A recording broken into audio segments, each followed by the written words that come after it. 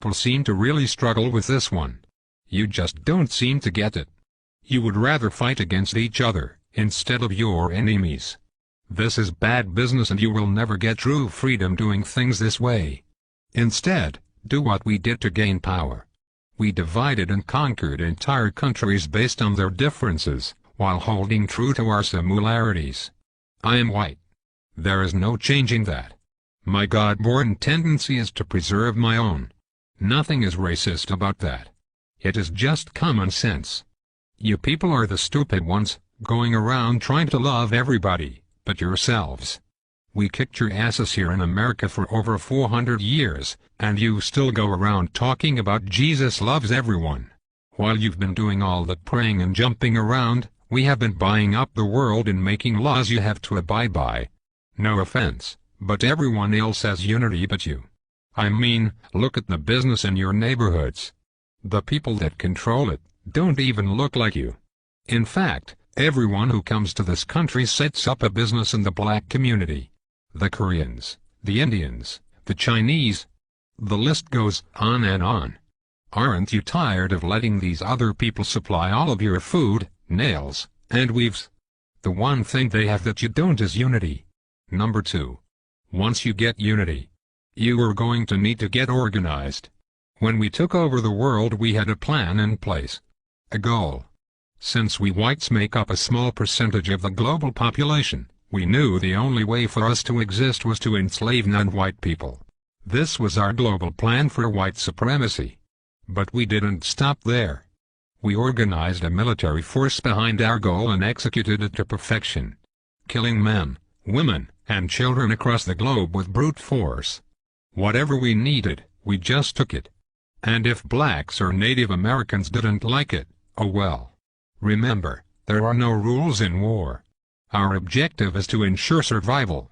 But you black people seem to think your economic hardships, social injustices, and high arrest rates just happened by chance alone.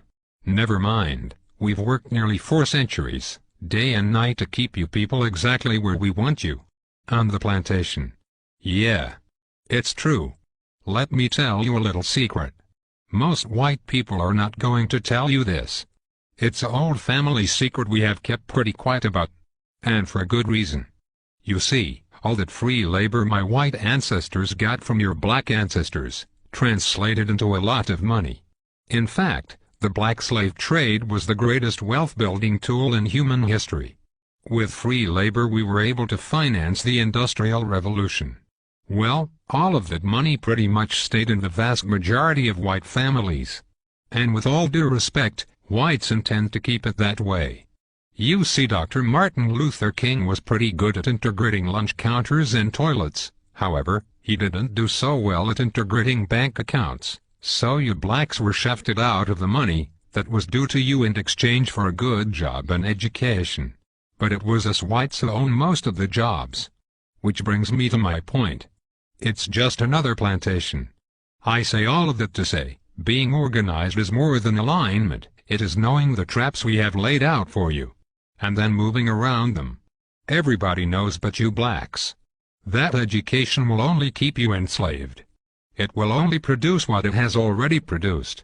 A bunch of dressed-up plantation workers perfectly content, working and serving under another man's vision. You don't really think we are going to teach you to build a nation for yourselves, do you? If you were really educated you would be able to solve your own problems. Problems like gang violence, poor economics and underrepresentation. Instead, you will continue to pass the notion of getting a good job down to your children. This will brainwash them to be just like you.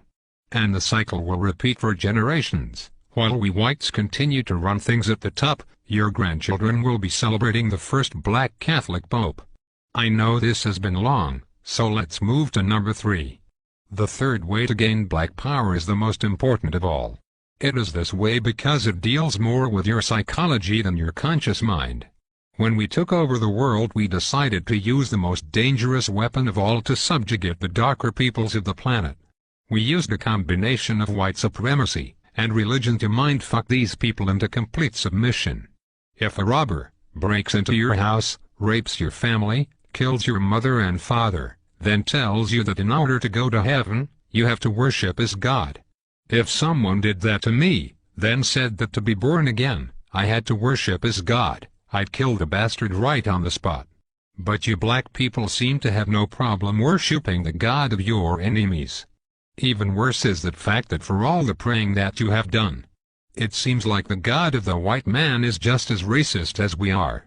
Anytime you start believing in the God of your enemy, it pretty much means you're a complete idiot and a pussy, who is too far gone to confront his adversary. This is a deep sickness, because to believe the man who murdered your family is your friend is to believe that watermelons have gills. This kind of thinking lacks critical reasoning, a skill needed to defend territory and the minds of the youth.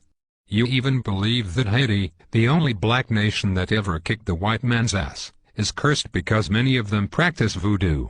You even go further and believe that it was God that hit Haiti with a 7.5 earthquake.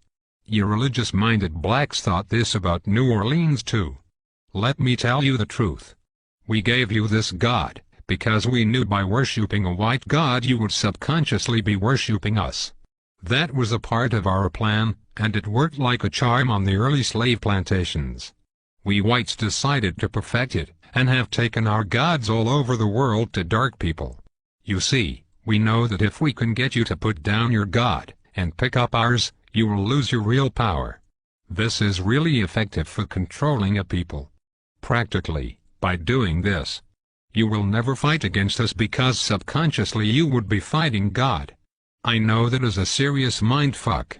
But that is why you cheer for a white Jesus to kill all the darkies down in Haiti and New Orleans, while kissing Pat Robertson's ass. Meanwhile our harp machines can shake up more prime real estate for the oil companies. If you continue to follow the God of your enemies, you will never rule the world, because you will always have your allegiance with the white man, instead of your God, who's pissed off because you traded him in for a blonde-haired, blue-eyed hippie, whose name we took from the Greek god Zeus. So, let's recap. The top 3 things you need to do to rule the world, and to have black power is: Number 1, get some unity. Stop killing each other over nickel bags of weed and coke. You are basically helping to kill off your own army. Stop it and unite. Number 2, get organized. There is nothing worse than a bunch of rich rappers talking about gangsta and keeping it real, when all of them still work for rich white and Jewish men that pimp them for their talent. With Jay-Z, P. Diddy and Oprah, you black people should have your own distribution company by now, instead of relying on your white backers to put out your albums. This is because you are not organized. This goes for all you sports athletes too. You black sports guys are stupid. You're a grown man and you still have an owner. Stop being a slave and wake up. When you die, all you will have to pass on to your children is a championship ring. When I die, I will have at least 2 islands and a few manufacturing companies to extend my legacy. For you sports guys, no one will remember you, and the money you blew on trying to floss will be right back into our hands. You need to organize and put your money and minds together, for one common goal: black power. Last but not least, you have to stop following the white man's God. He has really done nothing for you since you started to believe in him. Basically all my God has done for you is allow white guys like me to continue stealing from you. Sure, we'll give you a few rich blacks to make it up the ladder. But this is to keep up hope in you, so that you will teach cowardness and fear to your children and get nothing in return. You will keep praying while we will keep slaying and taking more land and control of the earth. It will be this way as long as you fall for the lie that some white dude is going to come down from the skies and pull you out of this shit. Stop it. Instead, go back to believing in your God. The God you had when you were rich in Africa and had diamonds, gold, and health. It certainly beats the crap the white man's God has given you. Even if you believed in rocks, you would probably have more luck than what you have gotten with this guy. One last thing. Black people need to stop saying that they're blessed. This is not only dumb, but it lets us white people know that we are still very much in control. If I steal you from your home and throw you into a cardboard box, have you work for 400 years on a plantation, just because I give you a pillow, doesn't mean that you are blessed. It just means that I gave you a fucking pillow. If a guy cuts off your hand, and then turns around and gives you a bandage, it don't mean anyone blessed you. He just needs his slave to be able to work the next day. So you are not blessed just because the white man gives you a doggy treat. It simply means you are fucked. So given all the crap you blacks have dealt with here in America, and abroad, a new car or money for the life bill are just tools we white folks who are trying to run a plantation do to keep up the morale. So, if going from Africa, a land of milk and honey,